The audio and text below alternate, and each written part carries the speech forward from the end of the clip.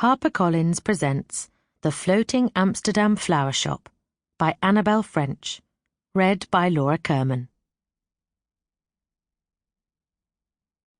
Thank you to everyone who has supported me along the way. Prologue. The smell of the London Underground in summer was not one Rosie liked to inhale. However cheerful she tried to be, and she always aimed to look on the bright side, cheesy feet, body odour, and whatever food someone had brought with them lingered in the hot, stuffy air, and she did her best not to breathe in too deeply. Head down, Rosie swayed as the train surged around a bend in the line, hot air brushing her neck. She was always grateful for her pixie cut in this sort of weather. Not so much in the winter, though. The man next to her rocked backwards, his armpit hitting her in the face. "Sorry," he mumbled, as the shock sent her phone tumbling from her hand, and she tried her best to reach down and get it without showing anyone her knickers or taking up too much room. "No worries," she replied cheerfully. "It's not damaged." But he'd already gone back to ignoring her. Rosie swiped again at the screen and returned to scrolling through Instagram. Images of brightly coloured, dreamy destinations flashed past her eyes, and she longed to be anywhere but on this packed-out tube train inhaling someone's unwashed hair. An image of the Bloemenmarkt, the world's only floating flower market located in Amsterdam, filled the screen, and her heart hummed.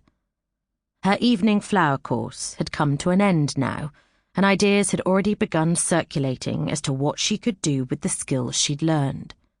She could open her own business, or at least run a sideline alongside her dull design job. Flowers had always been her passion, and she couldn't believe she hadn't thought of taking a course before. Now she knew how to pick blooms that complemented each other and arrange them in ways that filled the recipient with joy.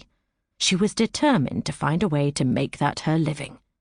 Not before time, either. She was nearly 30 and hadn't yet found a career she could stick to. She had no idea why.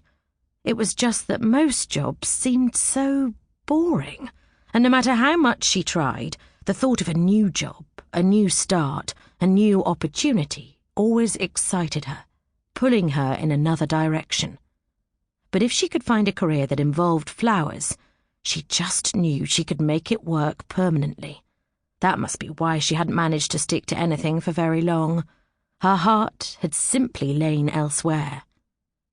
Out of the tube station, Rosie sucked in great lungfuls of fresh air, or at least the nearest you got to it in London, and walked through the local park admiring the flowers in bloom.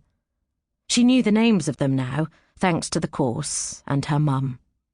Ignoring the stab of pain that always plunged into her heart when she thought of her, Rosie plonked herself on one of the benches, brushing her short hair back behind her ears. Children were playing badminton, their parents sitting on a picnic blanket watching them closely, talking and laughing as they sipped from paper cups. Rosie remembered days like this with her parents, when she and her sister were small, and she tried her best not to think about what day it was. She returned to scrolling on her phone and watched a reel of an influencer spending a day in Amsterdam. Something about the city had always appealed to her, not least because her mum had always wanted to visit the floating flower market, but had never had the chance. As a botanist, she'd loved everything to do with flowers and plants, taking Rosie and her sister to Kew Gardens more weekends than she could count. She'd always shared pictures of the floating flower market, describing the tulips, flowers that meant perfect or deep love.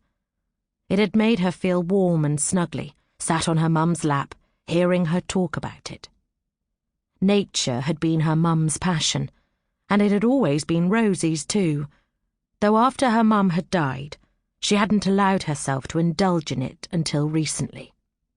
She'd been too scared of the feelings of loss it would bring up, and though it had stirred her grief, the floristry course had also made her happy in a way she hadn't been before. Rosie watched as the video played on a continuous loop.